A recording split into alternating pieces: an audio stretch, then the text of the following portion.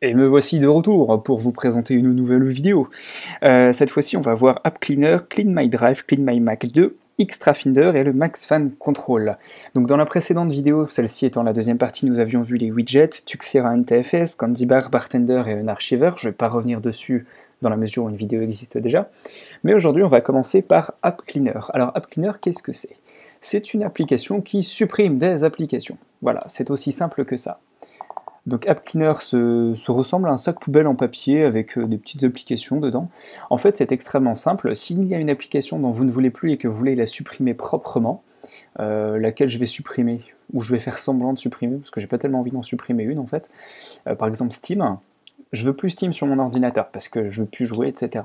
Je fais un glisser-déplacer de Steam dedans, et vous voyez qu'en fait, il va automatiquement regarder tout ce qui correspond à Steam sur votre ordinateur, donc le dossier Steam, Steam App, les Steam dans la librairie et dans les applications sauvegardées de la librairie. Pourquoi? Eh bien parce qu'en fait, si vous supprimez au fil des années ou des mois différentes applications sur votre ordinateur, il y a plein de fichiers, ce qu'on peut appeler des fichiers fantômes. Même si vous supprimez ce fichier-là, ceux-là vont rester dans votre ordinateur. C'est un peu con parce que vous voyez, celui-là par exemple, il prend 17 MO. En soi, c'est pas énorme, mais Steam, c'est pas non plus la plus grosse application qui existe. Mais si vous avez plusieurs logiciels, plusieurs applications que vous avez supprimées et que le poids peut vaciller entre 17 et, je sais pas, 150 MO, et ben, au bout de plusieurs mois, voire 2 ou 3 ans, ben, ça peut vous prendre quelques gigas qui peuvent être indispensables si vous avez un disque dur de faible capacité. Donc une application comme ça, vous voyez, vous les sélectionnez, vous vérifiez qu'ils sont tous cochés, vous faites supprimer, et voilà. Sinon, voilà, vous avez dans les onglets directement tous les widgets, ou tous les petits plugins, tous les autres que vous pouvez cocher pour supprimer. C'est pratique, vous voyez les applications ça marche pareil encore. Si vous ne mettez rien dans le glisser-déplacer, que vous cliquez simplement sur l'onglet en haut, ça vous permet de sélectionner instantanément vos trucs. Voilà, c'est gadget, mais c'est pratique. Avec ceci, nous allons voir Clean My Drive. Alors qu'il faut que je le retrouve, Clean My Drive, il est là. Alors à quoi il sert celui-ci? Disons qu'en fait j'ai Clean My Drive et Clean My Mac. Donc je vais vous présenter les deux, on va commencer par Clean My Drive qui se trouve là-haut. Pour cela, hop là, je vais allumer mes disques durs, je vais brancher un troisième disque dur, voilà. En fait Clean My Drive fonctionne en arrière-plan et vous permet d'avoir, en plus de quelques options, un coup d'œil sur la capacité de stockage de vos disques durs. Voilà, donc là j'ai branché mes 3 disques durs en plus du disque dur interne de mon ordinateur. Clean My Drive, il est ici, et vous voyez que j'ai tout sous les yeux. Donc mon disque dur principal, avec l'espace occupé et l'espace libre. Là d'ailleurs il déconne un petit peu, j'ai peut-être pas mis à jour pour Usemeet, c'est possible. En fait, il vous affiche l'icône de votre disque dur avec son espace disponible. C'est toujours l'inconvénient quand on fait une mise à jour d'un système d'exploitation. La passerelle, le temps que les développeurs mettent à jour leurs propres applications, c'est parfois un petit peu compliqué. Mais bon, bref, vous avez vos images, hop là, vous pouviez les déplacer, là on peut plus, ça va revenir, c'est pas grave, et si vous voulez les éjecter, vous pouvez en cliquant directement ici. Ou vous pouvez également tout éjecter d'un seul coup. Voilà. Ce gadget, mais c'est pratique quand on a beaucoup de disques durs sous la main. Voilà. Après ceci, nous avons Clean My Mac, alors qui est une application qui ressemble un petit peu à ce qu'on peut retrouver sur Windows, style TurnUp, CCleaner, etc. En gros, vous pouvez scanner votre ordinateur, nettoyer le système, réparer les permissions, scanner vos gros fichiers, nettoyer les photos, comme on a là. Enfin bref, c'est l'application un petit peu couteau suisse de votre Mac qui peut vous permettre de gagner de la place et de résoudre quelques problèmes. Attention toutefois à ne pas faire n'importe quoi. Vous voyez là dans ma corbeille, j'ai 7,85 gigaoctets de données. Donc je vais la vider. Tac. Donc c'est sûr, hein, je pourrais faire clic droit sur la corbeille et vider la corbeille, mais c'est moins marrant. Merci d'utiliser Clean My Mac. Mais non, j'ai pas acheté la licence, j'ai pas encore envie. Voilà, donc du coup, il va pas tout supprimer parce que j'ai pas acheté la licence. Le fourbe. Vous pouvez également désinstaller des applications, à l'image de App Cleaner qu'on a vu tout à l'heure. Et puis voilà, c'est plein de petites choses assez sympas qu'en fait, une application comme ça vous permet de faire. Nous avons ensuite Extra Finder qui est ici, qui se retrouve, en fait son icône c'est un petit peu la même icône que le Finder par défaut. À quoi ça sert? Ça va nous permettre de rajouter des options en fait, dans votre Finder.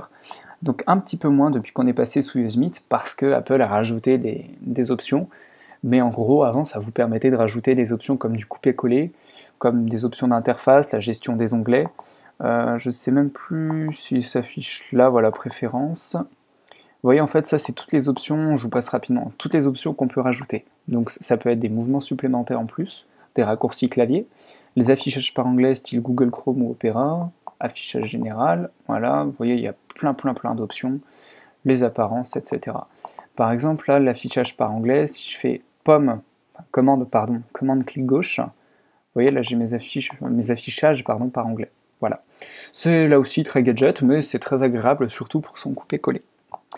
Et enfin, une application que j'utilise quasiment quotidiennement, ou à chaque fois que je vais jouer ou consommer énormément de ressources, ça va être Max Fan Control. Donc je recommande généralement dans mes vidéos de test de jeux, que ce soit à l'époque sur le MacBook Air as well, ou même sur ce MacBook Pro Retina 15 pouces as well. Donc Max Fan Control, hop, c'est une petite application qui se cache là-haut. Donc dans la fenêtre principale qui est très simple, vous avez un contrôle total sur les ventilateurs de votre machine. Attention, toutefois, dans les MacBook Air et les MacBook Pro 13 pouces, il n'y a qu'un seul ventilateur dans la machine.